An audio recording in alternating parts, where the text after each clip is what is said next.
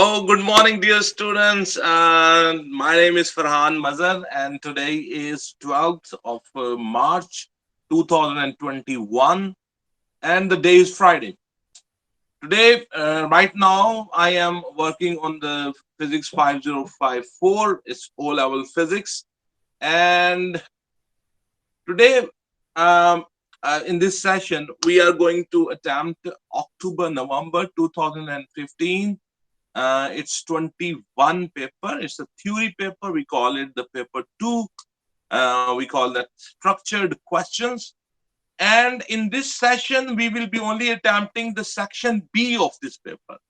Section A of this paper, we have already attempted, and that you can find in my YouTube channel. And in the YouTube channel, if you go to the playlist, you will find CAIE Physics 5054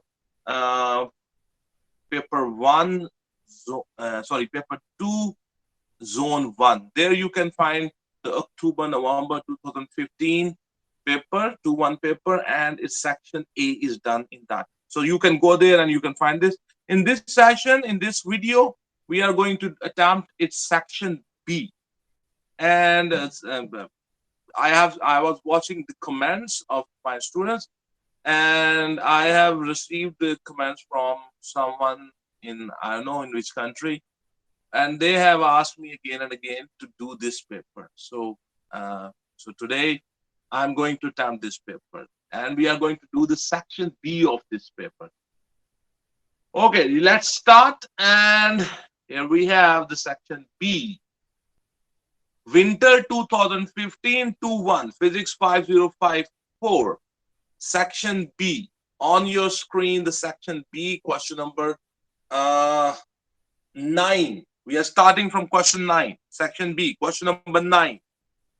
Force is a vector quantity and mass is a scalar quantity. State how a vector quantity differs from a scalar quantity. You see, the vector quantity has a magnitude and direction, whereas the scalar quantity has only magnitude. When I say magnitude, it means the size and the unit.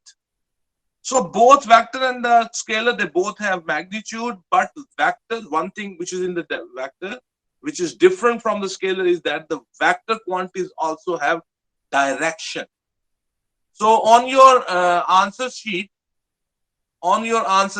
the marking scheme is also now showing on your screen. Vectors has direction or scalar does not have direction, or vector may cancel or scalars cannot cancel. So for example, if you add two vectors, it's possible that if the answer can be 0 if their direction is opposite, but in the case of scalars, they always add up. So the first option is better. So you know that the vectors have direction, whereas the scalars have no direction. He says state one other quantity and one other scalar quantity. State one other vector quantity and one other scalar quantity. Okay. So he has given you a list. If you look at the top of the line, the first line in this question, he has given us a line. He has given some quantities. He says force is a vector quantity and mass is a scalar quantity. So we have to name some other vector quantity. For example, displacement is a vector quantity. For example, velocity is a vector quantity. And in the same way, the scalar quantity, the temperature is a scalar quantity. The speed is a scalar quantity. So you just have to write one quantity. So the examples of the vector quantity in the marking schemes: displacement, velocity, acceleration. Examples of the scalar quantity: distance, length, speed, time, current, resistance.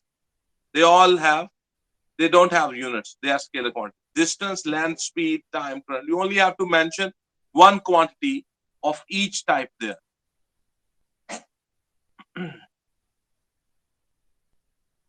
Okay, next question on your screen. An aeroplane flies through the air in a straight line with its engine at full power. Let me reduce the size so you can see.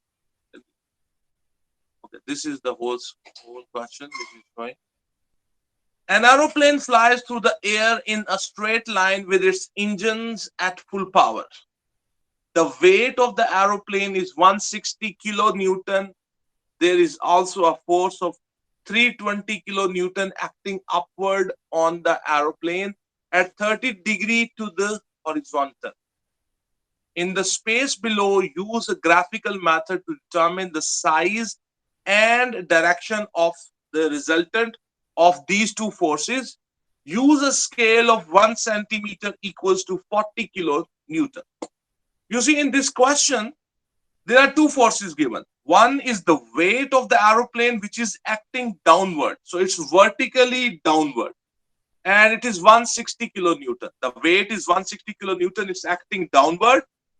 And there is an upward force, but that upward force is not, it's making 30-degree angle with the horizontal. So we have to use graphical method to find out the resultant of these two forces. The scale is given that 1 centimeter represents 40 kilonewton. Let me show you how you will work. So, for example, here you can see a page. So you can see there is a page, and on that page, I have put a scale, and one edge of the scale, I have aligned it with the edge of the paper, because I want to draw a vertically downward line. I will represent, because the weight is acting downward, vertically downward. So I will put the scale like this. So my line will be exactly vertical. So I will put a dot on the 0, and because the weight is 160, the weight is 160 kilonewton, and my scale says that 1 centimeter will be representing 40 kilonewton. To represent 160 kilonewton, I will have to draw a line vertically downward, a line of 4 centimeters. So put the scale like this. Let me show you the next diagram. Okay. So here you can see that with the help of the scale, I have drawn a line, vertically downward line. And that line is 4 centimeter long. 1 centimeter represents 40 kilonewton. And for 160 kilonewton, I will draw a line of 4 centimeter. Okay. So once you have drawn this line, then I will put my scale like this, because the second force is making 30-degree angle with the horizontal. So first of all, I have to draw the horizontal line also here. So for this purpose, at the tail of the vector which I have just drawn, and that vector was vertical, so I will put my scale like this to mark the horizontal. So I will represent the horizontal with the dotted line. You can see here on your screen, I hope you can see that I have drawn horizontal line with a dotted. The horizontal is represented with a dotted line.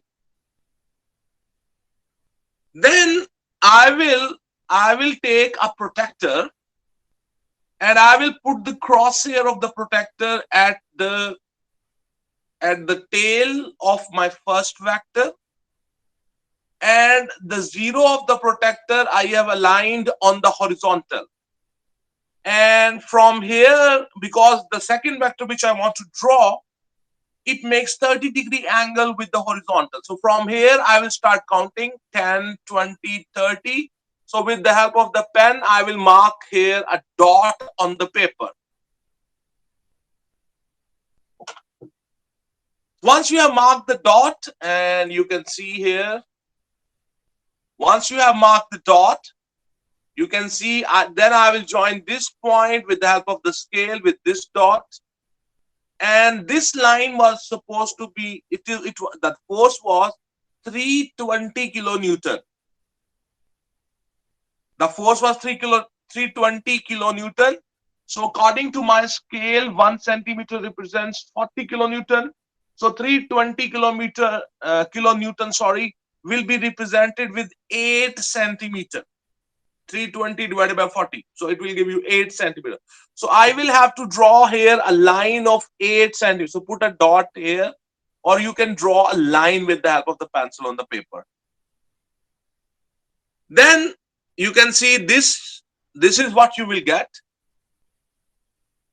You see, I have drawn a line. This is the second vector, which was 320 kilonewton, and it was making 30-degree angle with the horizontal. So this is what you will get. Then let me show. Okay, so let me take note of that. Okay, then I will take a compass. I will take a compass and I will open the compass 4 centimeter, like in this diagram I have shown. I will put the pin of the compass at this edge. Let me show you.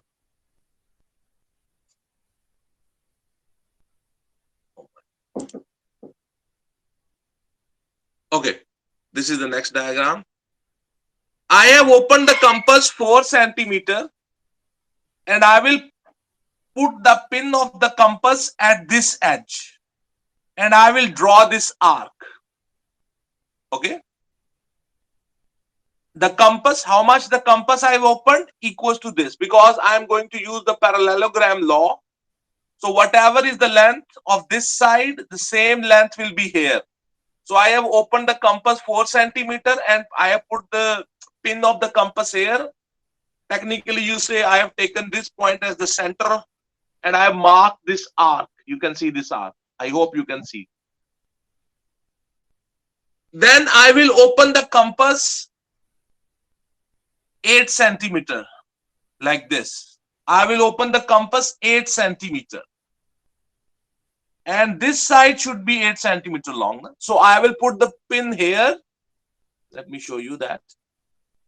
I will put the pin here. And the compass is how much? 8 centimeter. The radius of the compass is 8 centimeter right now. And I will draw an arc. You can see this arc, where both these arcs are intersecting. Here you can see the arcs are intersecting. I will mark this point. With the help of the scale, I will join this end with the point where the arcs intersected each other. I will join this end of this 320 kilonewton vector with this. And let me. So you will get a perfect parallelogram. Because we want to get the resultant of the two vectors, 160 kilonewton, which was acting vertically downward, and the 320 kilonewton vector force, which was acting 30 degree with the horizontal. I want to find out their resultant. So I am using parallelogram law. So in the parallelogram law, what we do, the two vectors which are to be added, I put them in such a way that their tails are joined. You can see here both the vectors, I put them in such a way that their tails are joined. Then we suppose that these two vectors are the adjacent sides of a parallelogram. And then we complete that parallelogram. I just showed you how we complete this parallelogram with the help of a compass. Then join the point where the tails of the two vectors are joined with the opposite corner. Let me find out that.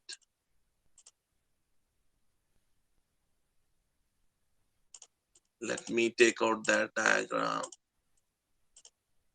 Okay. So here is that diagram. You will join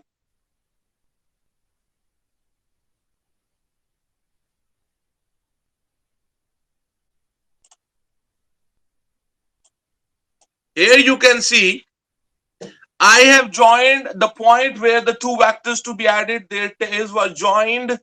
I have joined that point with the point where, with the opposite corner of the parallelogram. I have represented with the red line here. I hope you can see that represents the resultant. And the direction is towards that opposite corner, from where the tails are joined to the opposite corner. This is parallelogram law of adding the vectors. You put the two vectors to be added in such a way that their tails are joined with each other. Then you suppose that they are the adjacent sides of a parallelogram. Then you complete that parallelogram.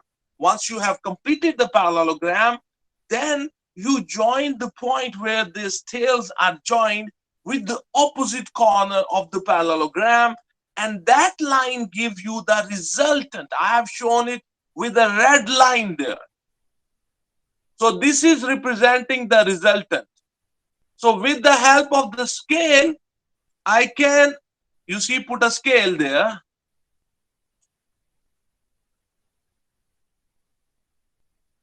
Okay, so on your screen you can see that I have put a scale there, and I have measured that how much is this length. This length is 7 centimeters. So according to my scale, 1 centimeter means 40 kilonewton. So 7 centimeter will mean 7 multiplied 40, it will give you 280 kilonewton. Let me show you my results.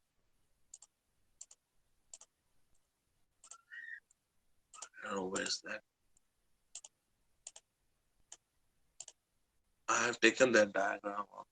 Let me find that. So let me show you.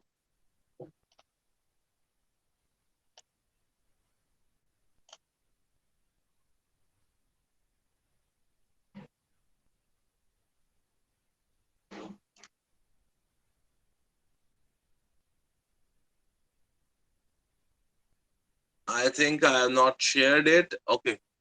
So anyway, so now you understand that we have, so that's I mean, it's 7 centimeter long.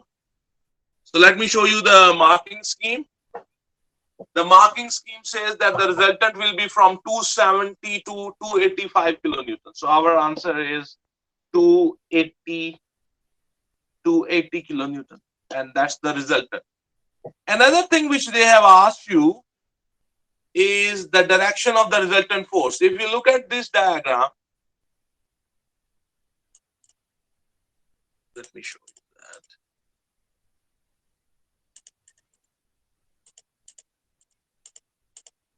that. The resultant which I just got, see, the resultant is exactly on the horizontal. So it's making 0-degree angle with the horizontal. So the direction is 0-degree angle with the horizontal. And so this is how you will solve this question. You can see the marking scheme. Marking scheme says that the angle will be plus minus 3 degree with the horizontal.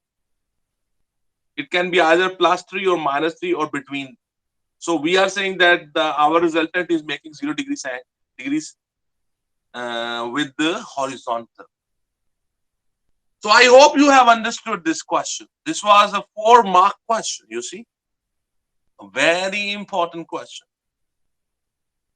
This was the question.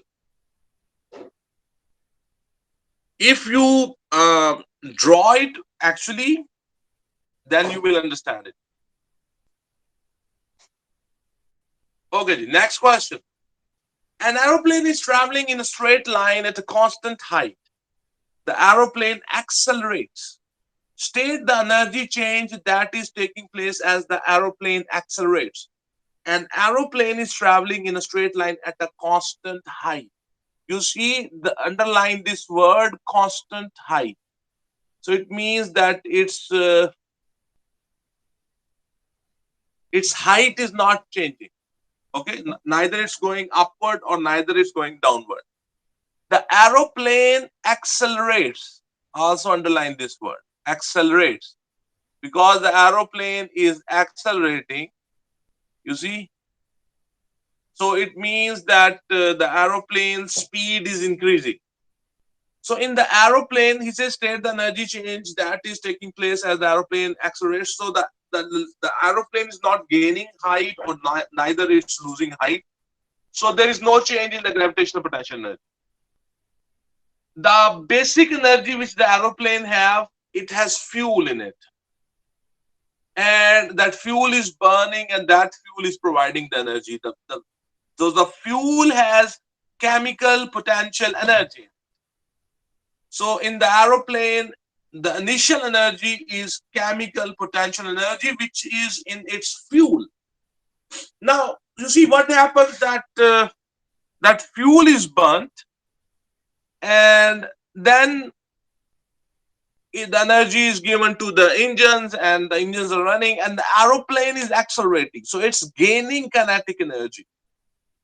So basically, what is happening? The chemical potential energy, and at the end, the aeroplane is accelerating, so the kinetic energy is increasing.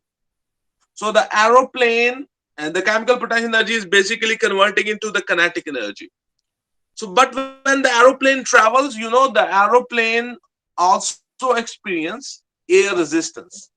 And whenever you overcome air resistance, your energy is converted into heat energy or thermal energy. So the chemical potential energy at the start and at the end, you are gaining kinetic energy, and because you are overcoming the friction, that's why some heat is also being produced. Let us check the marking scheme. Marking scheme says it's a 2-mark question. From chemical or fuel energy, that will be at the start, to the kinetic and the thermal energy. So I hope you will be able to write the answer. So the aeroplane will have chemical potential energy that will be converted into kinetic energy and some thermal energy.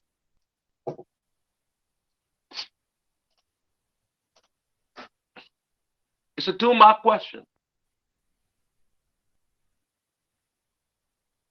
As the aeroplane accelerates, the pilot keeps the engine at constant power.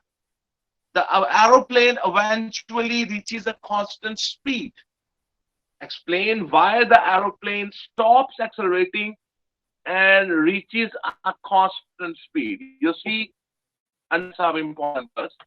The aeroplane accelerates.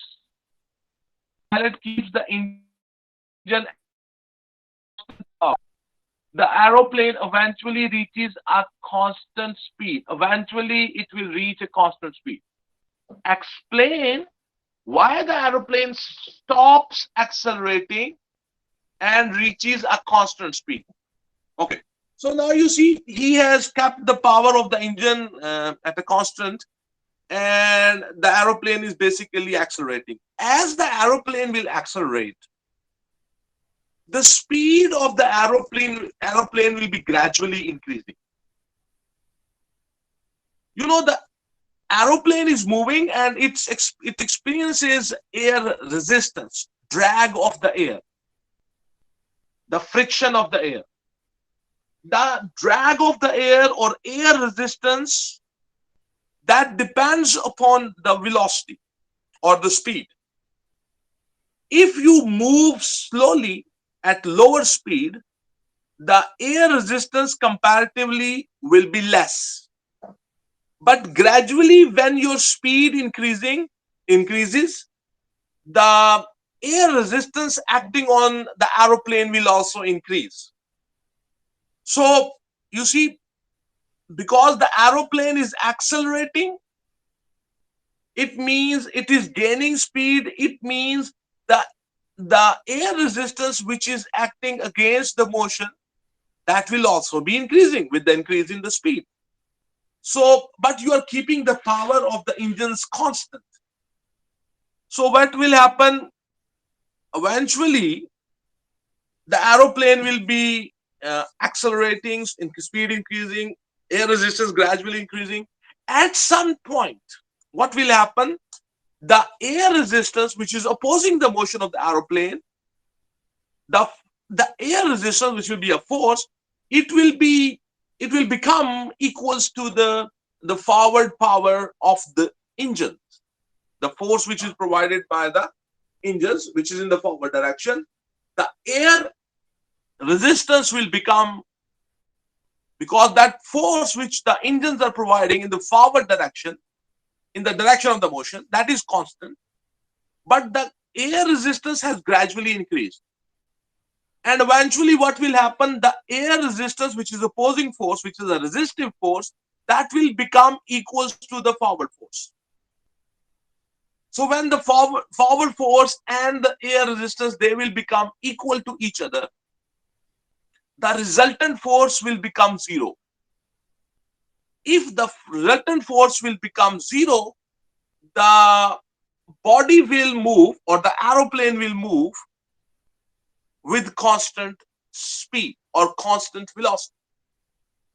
You see, because when the resultant force is zero, F is equals to ma, Newton's second law of motion. If the resultant force becomes zero, the acceleration will also become zero. If the resultant force will become zero, the acceleration will also become zero. And when the acceleration becomes zero, the body moves with a constant speed. So it's a 3-mark question. I hope you have understood it. If you look at the marking scheme is showing on your screen. The air resistance, 1 mark is for mentioning that the air resistance or friction or drag, air resistance, friction, drag increases, or resultant force decreases, or acceleration decreases. Resultant force is zero, or air resistance, friction equals thrust. Direction of motion is changing. So this is the next question. Okay. So resultant force is zero, or air resistance, friction equals the thrust. He's using, for forward force, he uses the word thrust. You can also use the word thrust. If the thrust which is produced by the engines and the air resistance, they become equal to each other, the resultant force will be zero and the acceleration will become zero. I hope that you will be able to write the answer. Today, and because today I'm not taking a class, I don't have my students in this call. So that's why if I have my students in this call, then it's very easy, because they write the answer. They will write the answer, and I will try to make corrections in their answers. So it's a 3-mark question, a big question. Kindly try your answer and also check it from the marking scheme. I have tried to explain that what will happen. Okay, so move to the next part. It's again a 3-mark question. When traveling at a constant speed, the pilot directs the aeroplane into a tight turn that follows a circular path. Explain why the aeroplane is accelerating even though its speed is not changing. It's a very famous question. That when you move in a turn, I mean, turn means when you move, you take a turn. When you are on a turn, the aeroplane is turning like this, it's turning. So when you turn, you move in a circular path. So if a body is moving in a circular path, it is possible that it has a constant speed. Means the speed, for example, the aeroplane is moving, suppose that the aeroplane is moving at a 20 kilometer, let's say 20 kilometer per hour. It's just a supposition.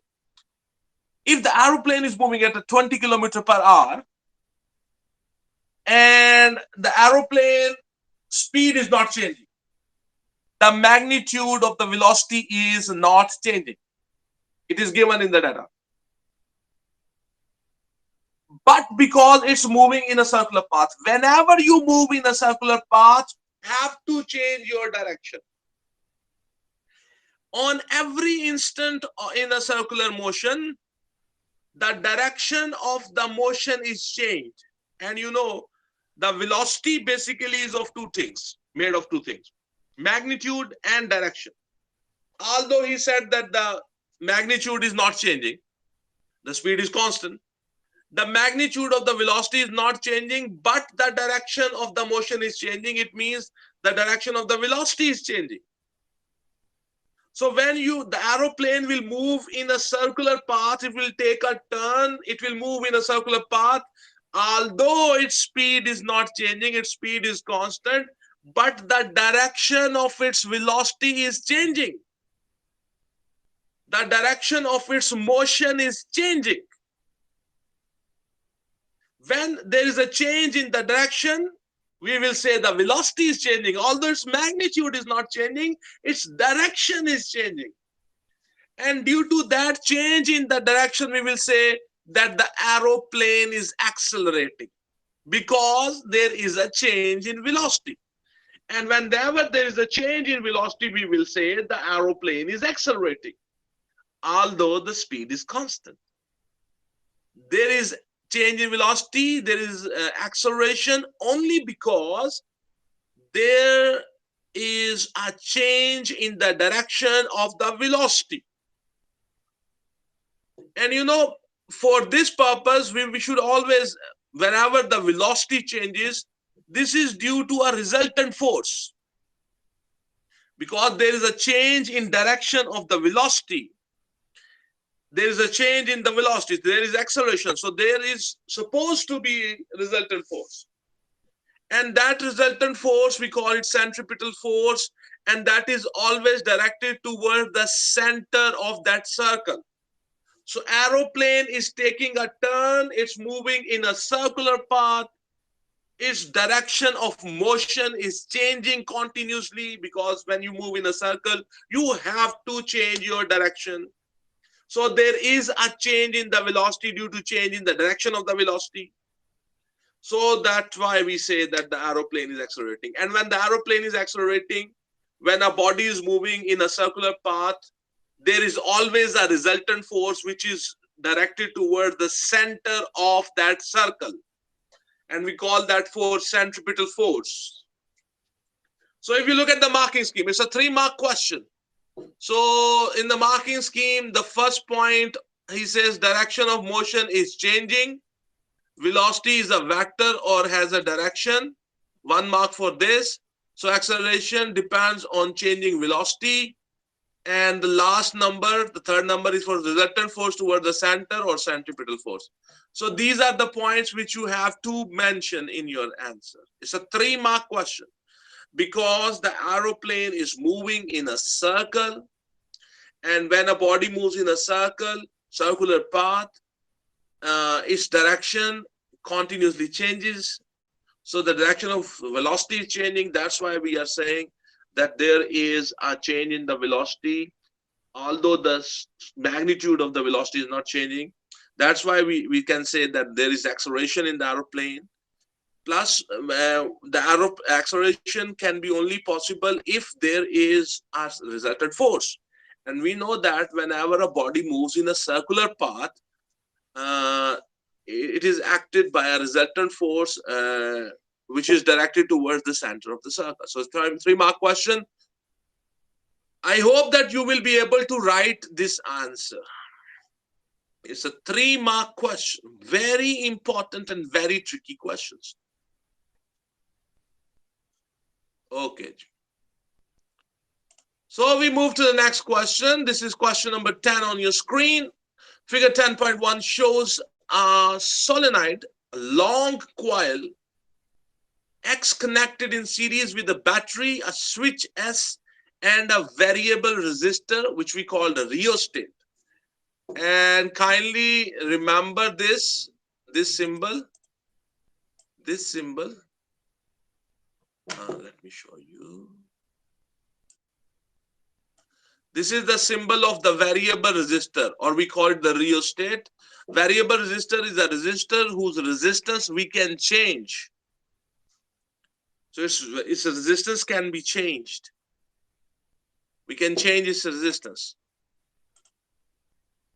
So he says, figure 10.1 shows a solenoid long coil, X connected. This coil is a solenoid in series with a battery, a switch S, and a variable resistor or rheostat. The switch S is closed, and there is a magnetic field due to the current in the solenoid. On the figure 10.1, draw a pattern of magnetic field in above and below the solenoid. Okay, so let me copy it from here and we will take it. Okay, we'll take it into the paint.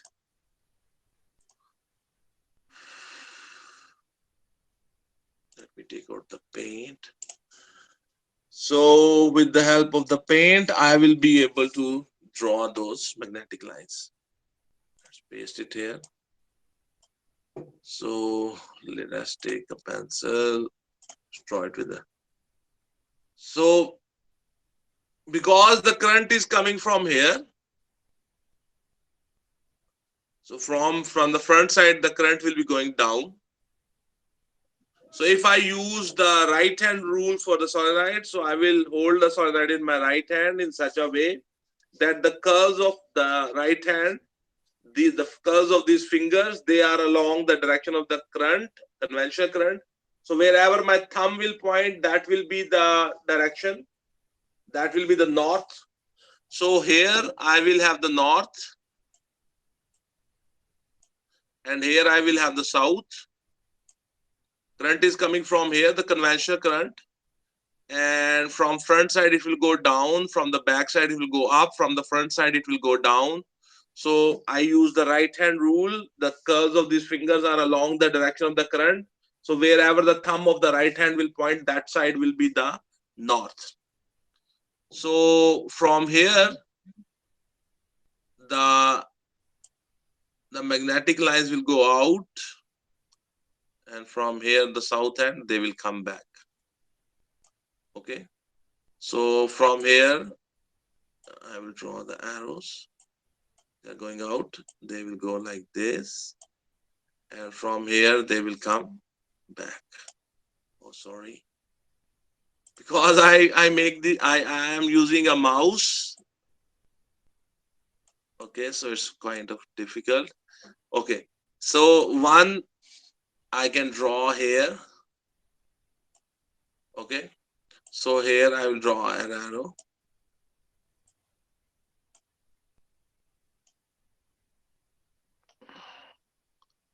I can draw more.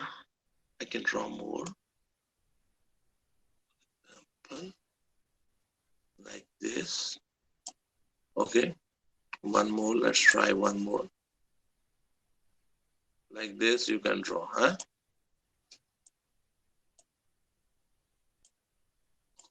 When you will draw with the pencil and you can draw very accurately because I am working with the mouse. So that's why the drawing is not that good. But this is how you draw the magnetic patterns around this solenoid. Let me check the marking scheme. So what the marking scheme says. At least two straight parallel lines inside the coil, at least two complete lines, one above the coil and one below the coil. Third line in the middle and evenly spaced, and two closed loops. So is this a 3-mark question? For God's sake, it's a 3-mark question. Easy. Easy. Okay. So on the figure, draw the pattern of the magnetic field in above and below the solenoid. So we have done this. So I hope you have understood. A second solenoid Y is connected to a sensitive center zero ammeter. Solenoid Y is placed in the magnetic field of X. The resistance of variable resistance is gradually decreased, and the pointer of the sensitive ammeter deflects slightly to one side. Explain why this happened. Let me show you that what he's talking about. He is saying that we have taken another coil. Suppose. He says that I have taken another coil. Let me take some other color. Okay. So what he has done, he has taken another coil. Okay. This is coil Y. I am not able to draw a very good diagram of the coil, but for your understanding, it will work. So here I have put a ammeter or galvanometer, you can say. So here I put a ammeter. Okay.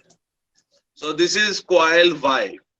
So what he's saying, I have taken another coil Y, and I put that coil Y in the magnetic field of X. It's not touching the X. It's just near the X, coil X. And it is inside the magnetic field of the coil X. And the coil Y has an ammeter with it. An ammeter is connected in series with the Y. And what we have done, we are changing. Let me reduce the size. So what we are basically doing, we are changing the resistance of this variable resistor rheostat. And what we observe that the galvanometer, the pointer of the galvanometer, which is normally in the middle, so it showed a deflection. When I change the resistance of this rheostat or variable resistors, the galvanometer or the ammeter, which was connected in the coil Y, it deflected. This is the question. I hope that you have understood this story of the question.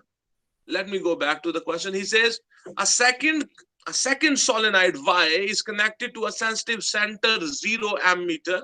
Its pointer is in the center. Solenoid Y is placed in the magnetic field of X. I hope now you understand these sentences. The resistance of the variable resistance is gradually decreased and the pointer of the sensitive ammeter deflects slightly to one side. For example, it deflected to the right side, for example. So it deflected to one side slightly. Explain why this happened. You see, when, if I go back to that diagram, so try to understand this concept. You see what happens.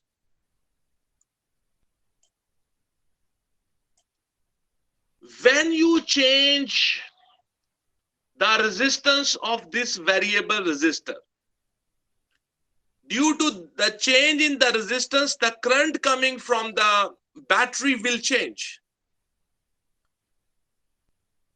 When you decrease the resistance of this variable resistor, the current coming from the battery will increase.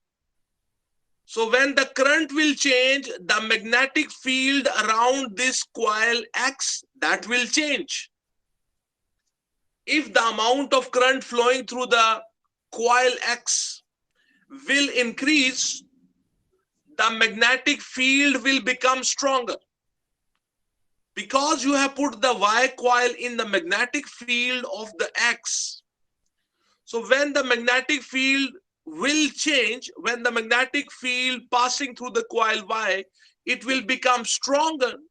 The important thing is that the magnetic field lines which were passing, or magnetic flux, or the magnetic field which was passing through the coil Y, that will change due to change in the current in the coil X. So the magnetic field which was passing through the Y, that will change. And when the magnetic field passing through the coil Y will change, naturally, this happens naturally, an EMF, a current will be induced. An EMF will be induced in the coil Y.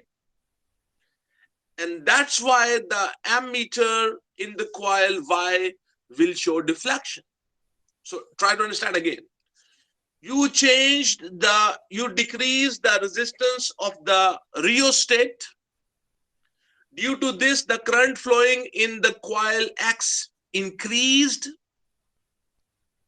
Due to this, the strength of the magnetic field of the coil X will increase.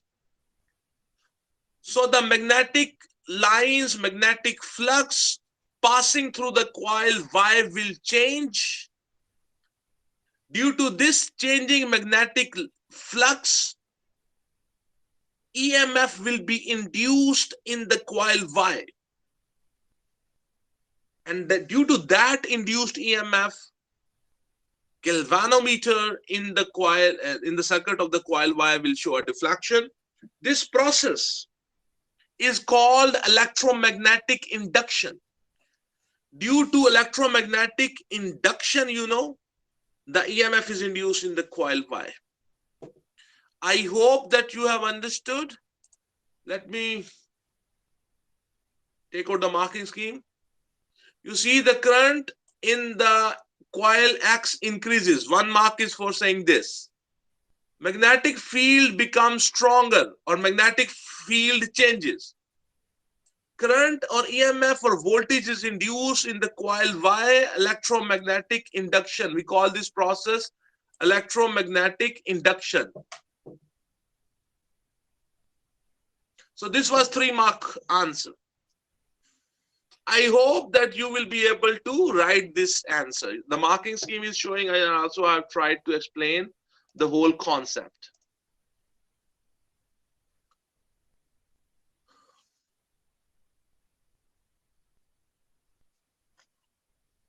Okay, the switch S is now opened. Describe and explain what happens to the deflection on the ammeter as the switch is open. So when you will open that switch, when that switch was closed, when you will open that switch, the flow of the current will stop.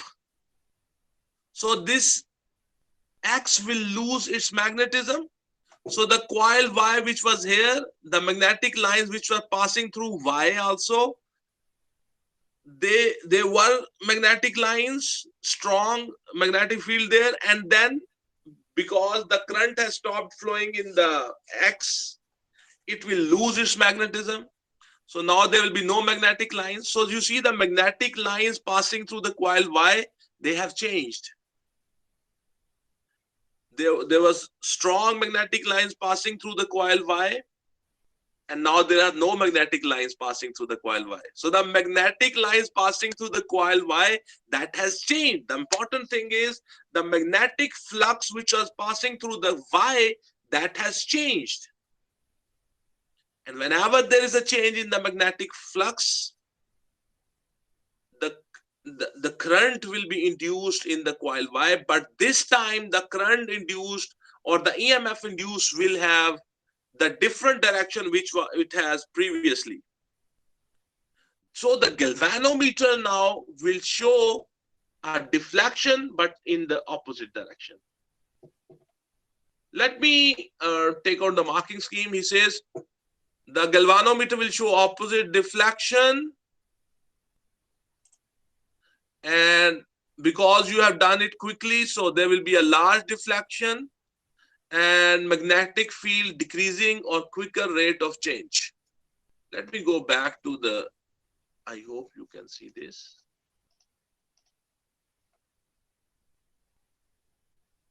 So let me show you this so you can, because the numbers are not showing.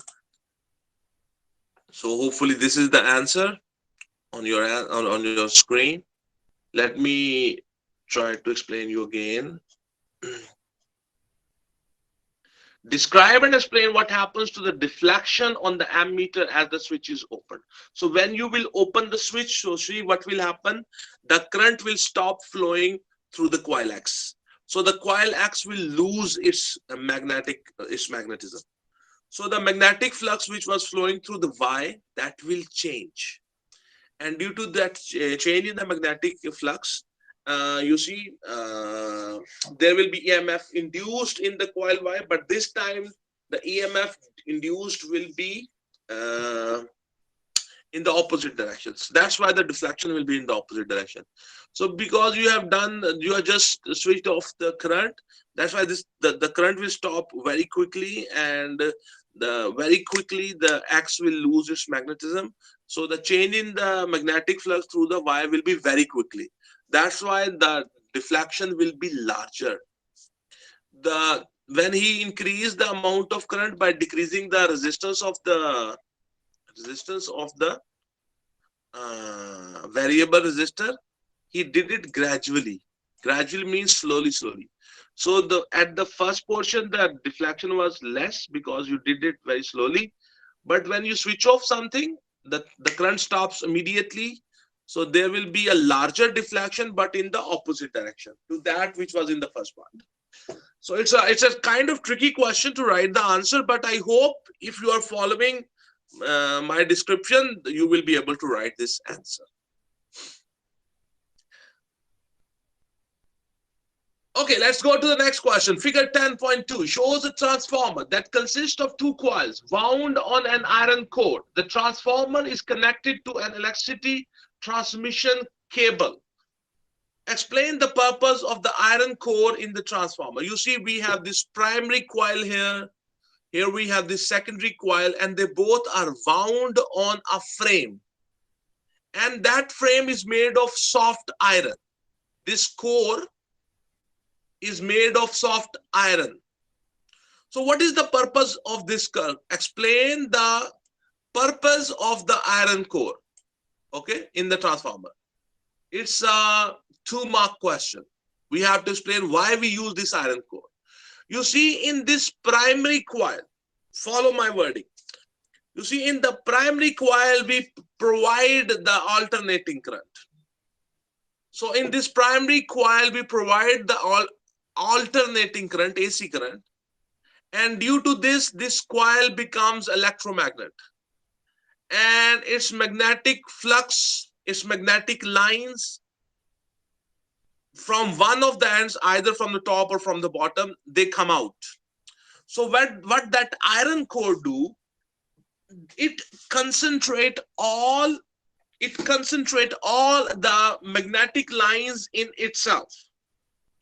All the magnetic lines, then they will not go into the air. They will remain concentrated in the iron core. They will travel through the iron core. They will not go into the air. So basically what will happen, through the iron core, the magnetic flux, for example, if it's coming from here, through the iron core, it will pass through the secondary coil, and from here it will come back.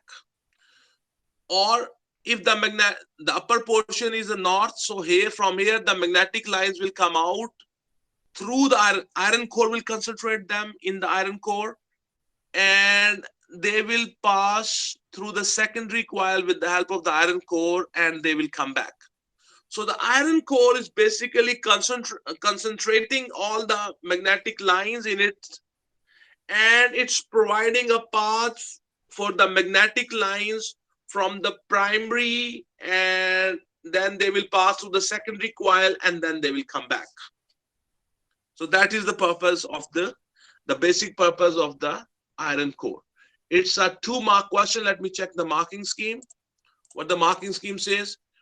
So the purpose of the by concentrating all the magnetic lines in the iron core and passing all of them through the secondary coil, it will increase the strength of the magnetic field. To increase the strength of the magnetic field, that is 1 mark for saying this, and 1 mark is for saying to direct the or concentrate the magnetic fields into the secondary coil.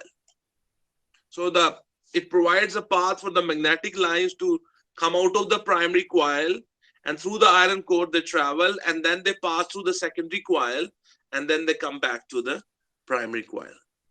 So it's kind of providing a path for the magnetic lines to pass through the secondary coil. So it's a 2-mark question. It's a 2-mark question. I hope that you will be able to write the answer.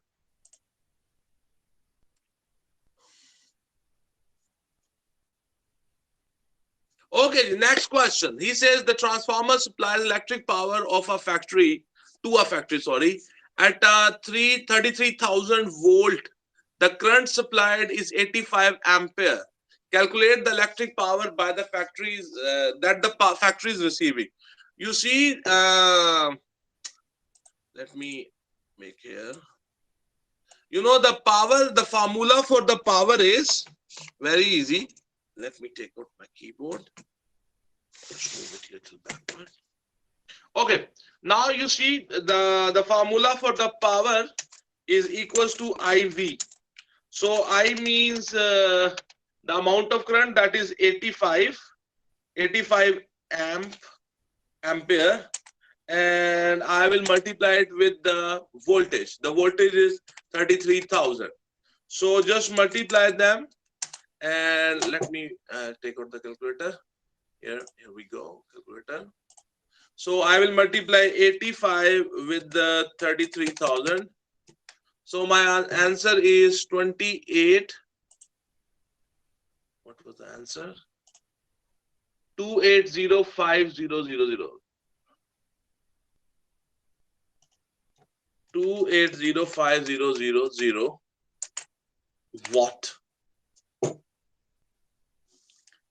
So this is the answer. Let me check the marking scheme.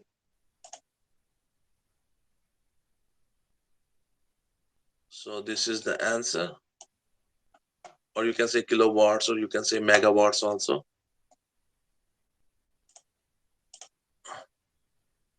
This is basically 2.8 into 10 raised to power 6 watts, which means 2.8 megawatt. Okay, the electric energy the factory receives is in 1 hour. So if you want to find out the electric energy, very simple. The electric energy that is equals to power multiply time. You can use this formula, or you can also use another formula, that is IVT. So we can put the values. The power is how much? 2805000.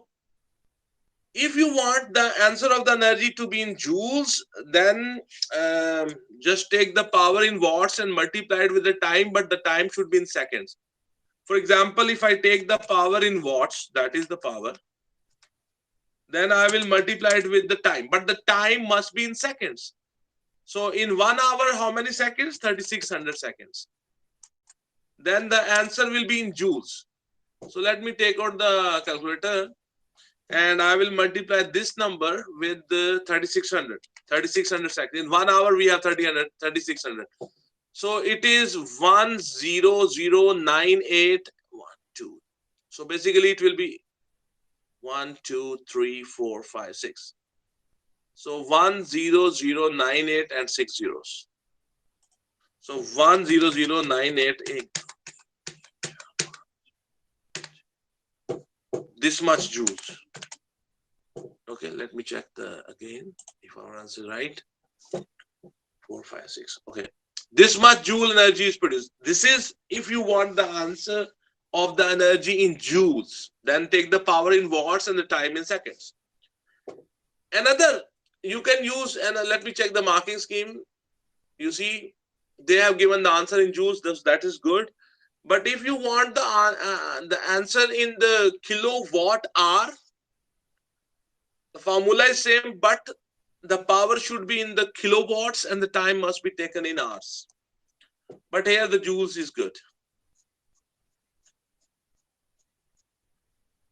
Okay, so now we have question number. The next question is on your screen. Okay. Now we are doing a winter October-November 2015 2-1 paper. The subject we are studying is Physics 5054. And today in this session, we are working on the section B of this paper in this session. It's only solving section B. We have reached the question number 11 of this paper. And it says that figure 11.1 shows the proton number and the nucleon number of the nuclei of 5 neutral atoms.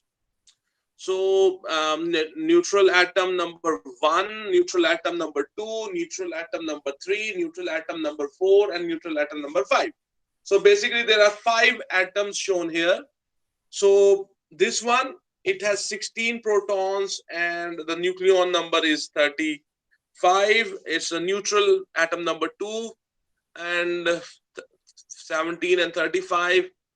18 and 38, and you know the nucleon number means the proton plus the neutron is like the mass number of an atom, and it has 18 protons and 40 neutrons, you can see.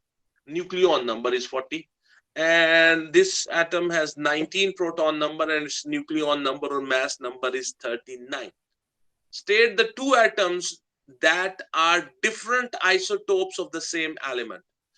Different isotopes of the same element. Isotopes will have the same proton number, but they will have different nucleon numbers. Let me copy it from here so I can explain you. I can work also on it. You see, if I want to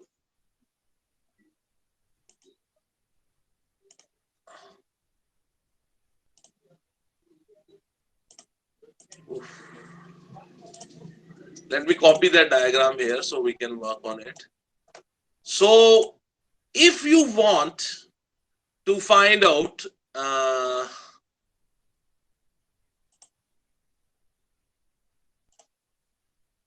isotopes are those which have the same proton number, but their nucleon numbers are different. Proton numbers are same and nucleon numbers are different. So it's very easy. You see this and this. They both have the same proton numbers, but their nucleon numbers are different. So it means they are isotopes of the same element. The definition of the isotope is they have the same proton numbers, but their nucleon numbers, they are different. So the neutral atom 3 and the neutral atom number 4, they are the isotopes of the same element. Let me check out the marking scheme. Atom number 3 and the atom number 4. Okay, so here you can see this is the answer. I hope you have understood this part. Okay, let's move to the next one. He says, contains the same number of neutrons. Okay. Contain the same number of neutrons. Okay, let me find out. So from here, how you find the neutrons, number of neutrons? You see, for example, how you find the number of neutrons? The number of neutrons we can find by nucleon number minus the proton number. For the first one, 35 minus 16. So it's 19. So here let me write 19. 19. For the second atom, neutral atom, for the second neutral atom, 35 minus 17, 18. So it has 18 neutrons. Okay. And for the third neutral atom, 38 minus 18. So it will have 20. It will have 20. My writing is not that good because I am writing with the mouse. So it's 20. Okay. The fourth neutral atom, 40 minus 18. So you get 22.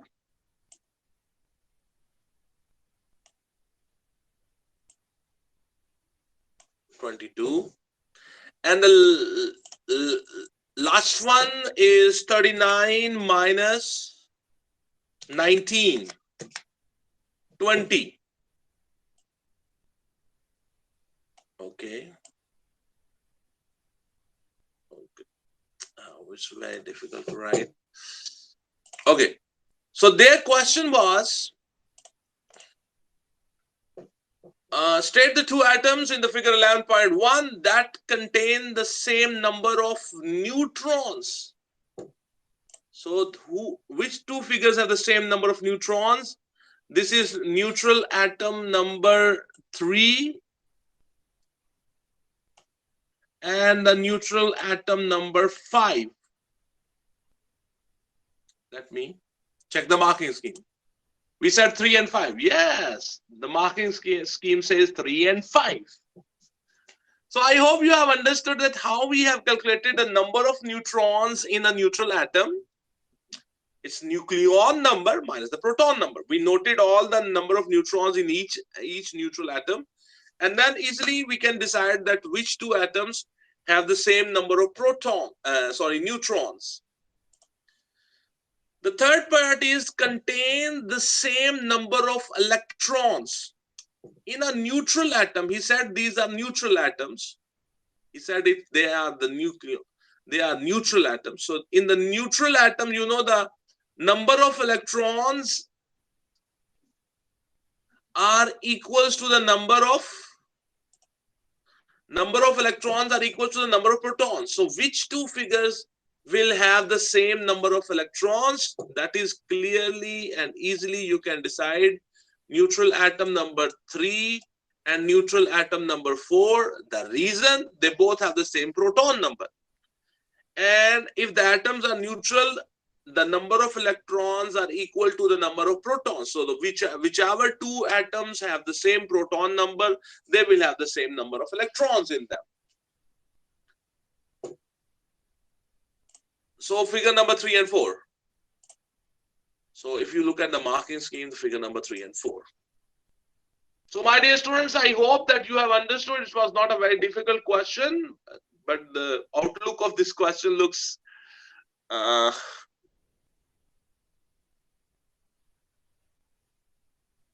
okay. The B part. The nucleus of atom 1 is radioactive, and when it decays, it emits a beta particle. State for the nucleus produced by this decay. The proton number, the nucleon number, and what else? Okay. So he's talking about the atom number 1. Let me go back to the paint. So we have taken the atom number 1. So it will be better if I will draw this on a paper, so you will be able to understand it in a better way. Let me write this on a paper, and then I will take a snap in the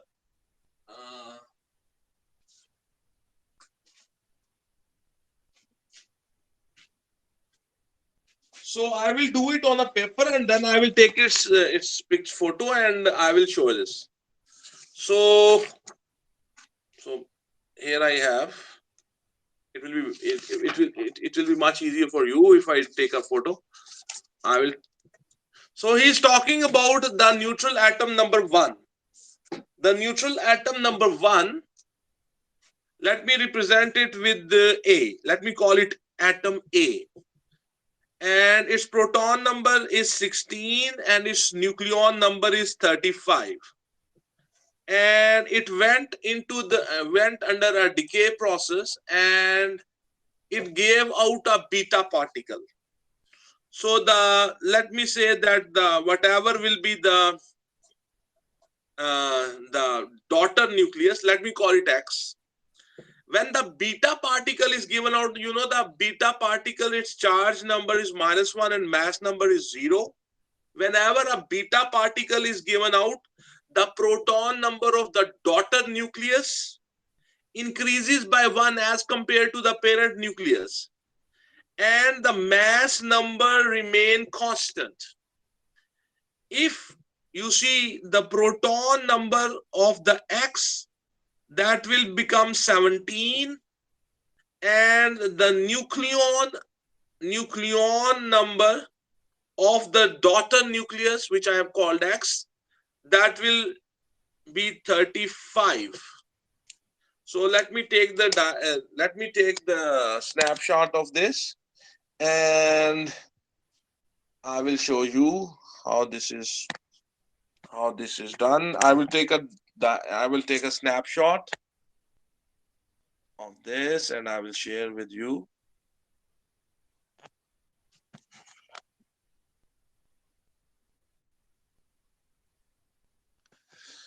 I've taken a snapshot of whatever I wrote on the paper. So let me show you.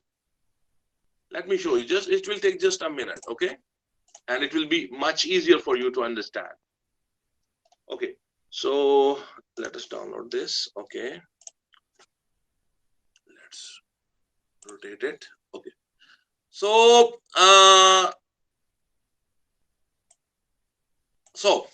so suppose that that atom, the first atom, the neutral atom, its proton number was 16, its nucleon number was 35. It underwent a decay, and it gave out a beta particle. The beta particle -1 is charge number and the mass number is 0. The daughter nucleus, suppose, is X.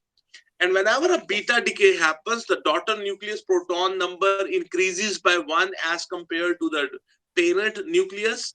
So it will be 617 and the mass number do not change. So clearly the proton numbers are 17 and the nucleon number of the new nucleus which is formed will be 35. Let me check so you can see 17 and 35.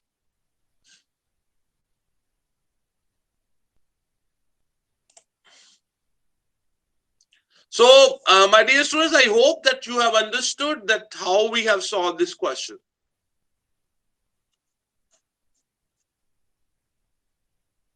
Okay, next question.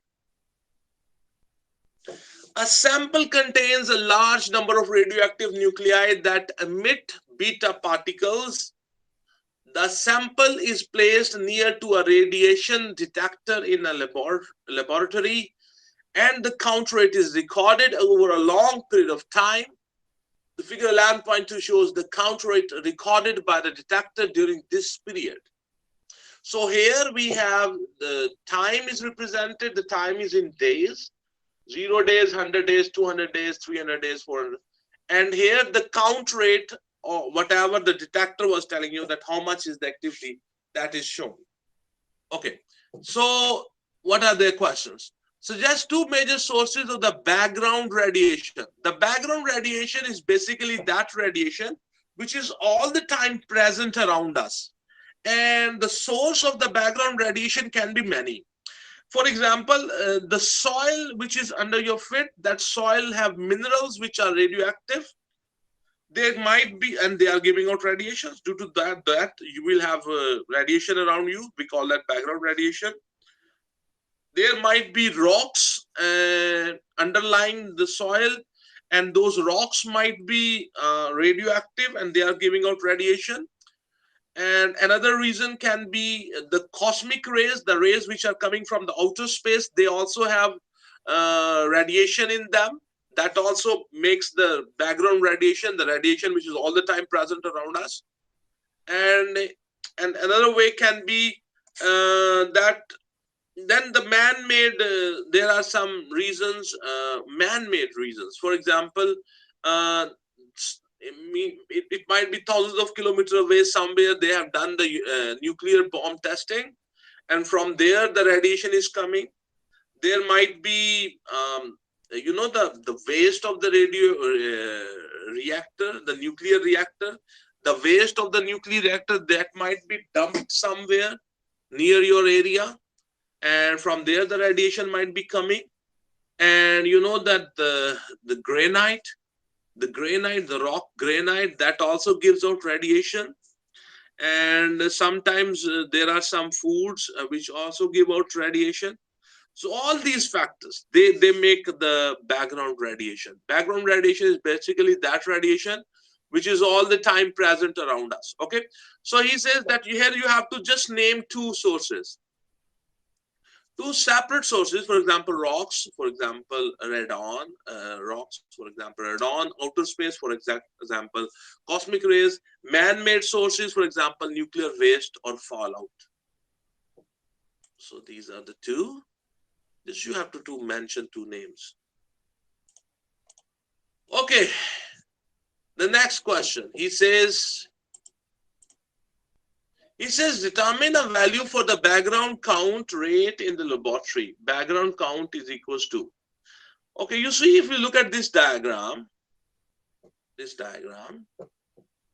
the count rate dropped, and then the count rate became constant. The radioactive sample has gone, it's no more there. It has decayed.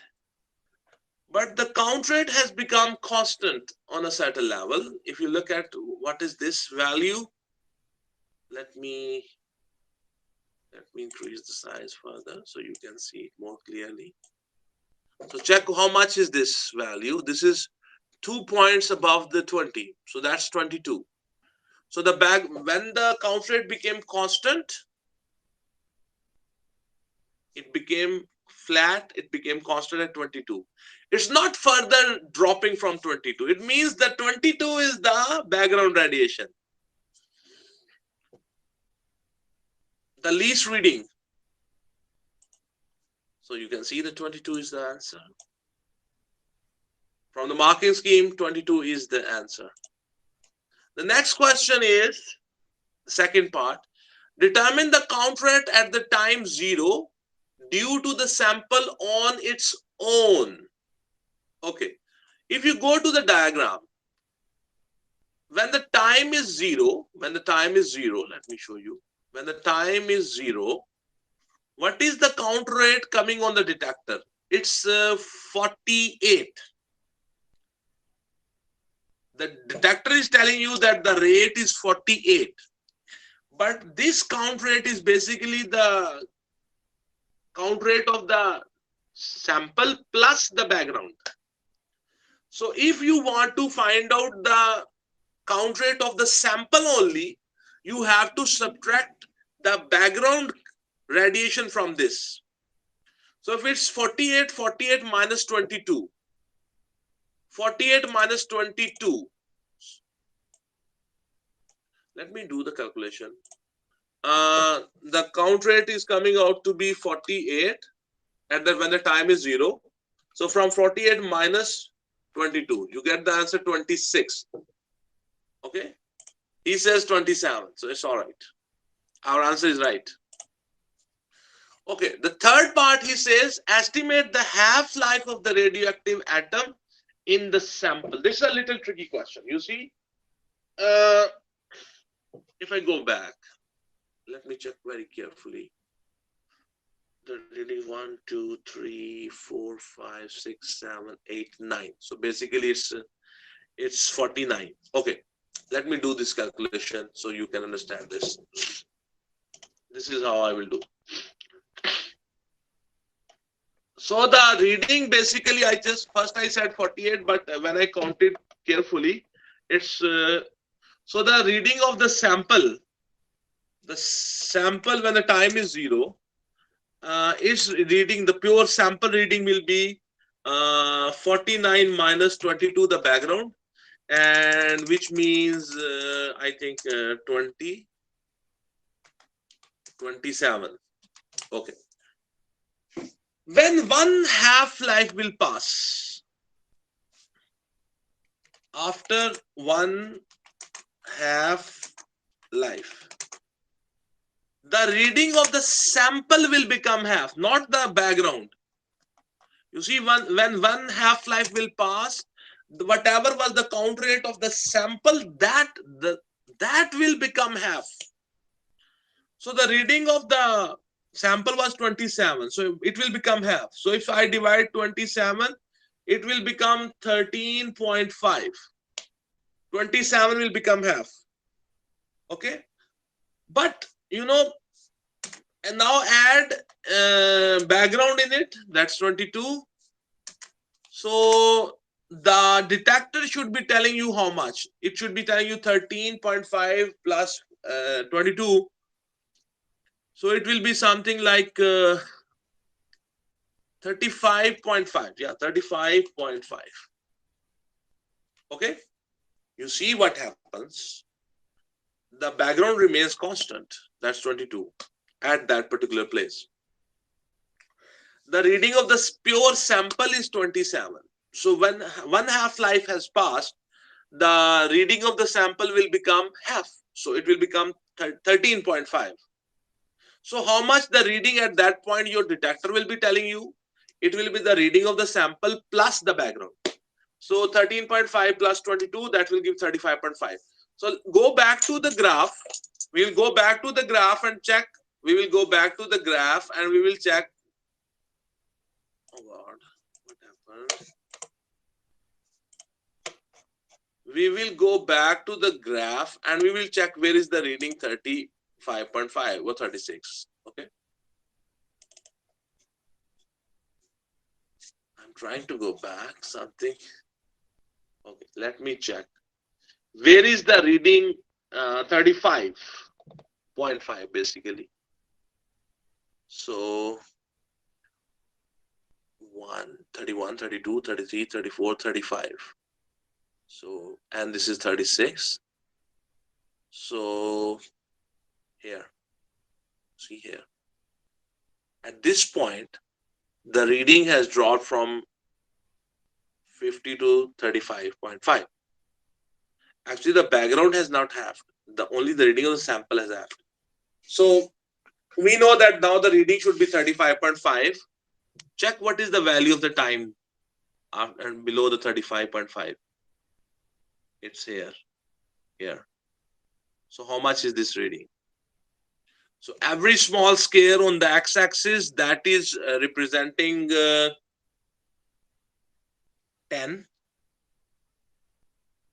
So it's like 80, 85 something, 85 days approximately. 85 days. Let me check the marking scheme. You see, this is the answer. It's a tricky question. Tricky. If you have not understood, do it again.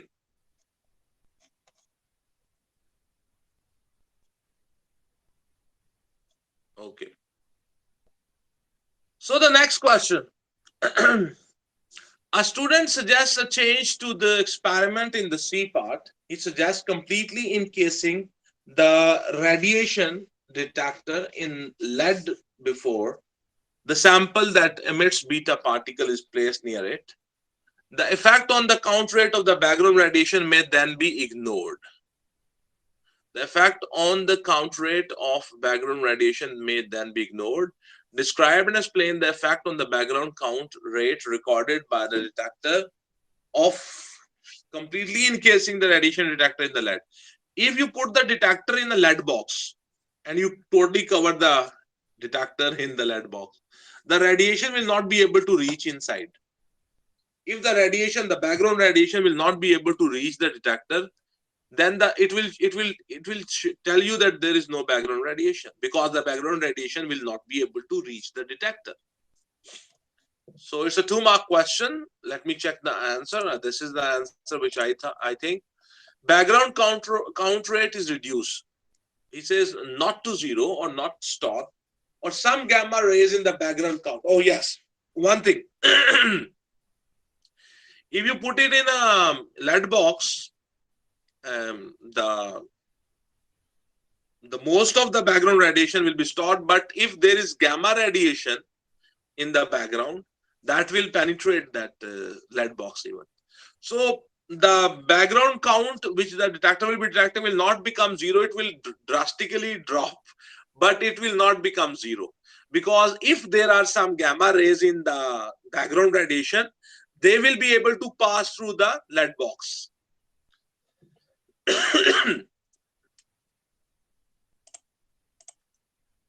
So it's a 2-mark question. Let me show you again. Background count will reduce, 1 mark for this, but don't say it will drop to 0, because there will be some gamma rays and they will be able to pass through the that box and they will reach the detector.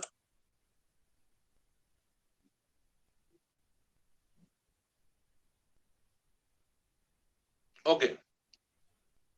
He says, let me delete this. The next part is state and explain whether the student's suggestion is a sensible one.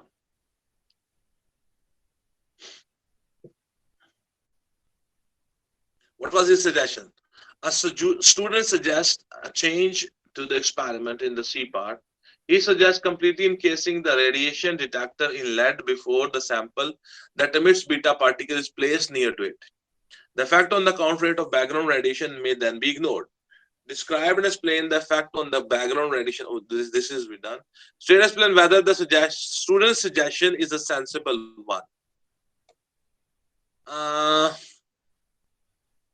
You see, whenever you will have to take the reading of the sample, you will have to take out the detector. You have to take the detector out of that box. If you will not take the detector out of that box, then how come the beta particles will reach the detector? So we have, if you keep the detector inside the box, and how you will take the reading of the sample, because the sample is giving out beta particles.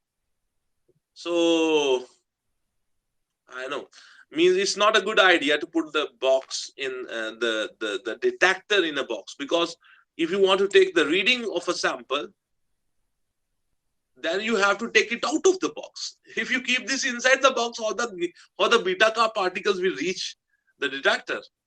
So it's not sensible. All beta radiations would be absorbed or not. No beta radiation reaches the detector. So the beta radiation, which is penetration power is low. So the beta particles will not be able to reach the detector if the detector is inside that lead box. So, my dear students, by this question, we have reached the end of this paper. Today, we have done October, November 2015 2-1 paper. It was a theory paper.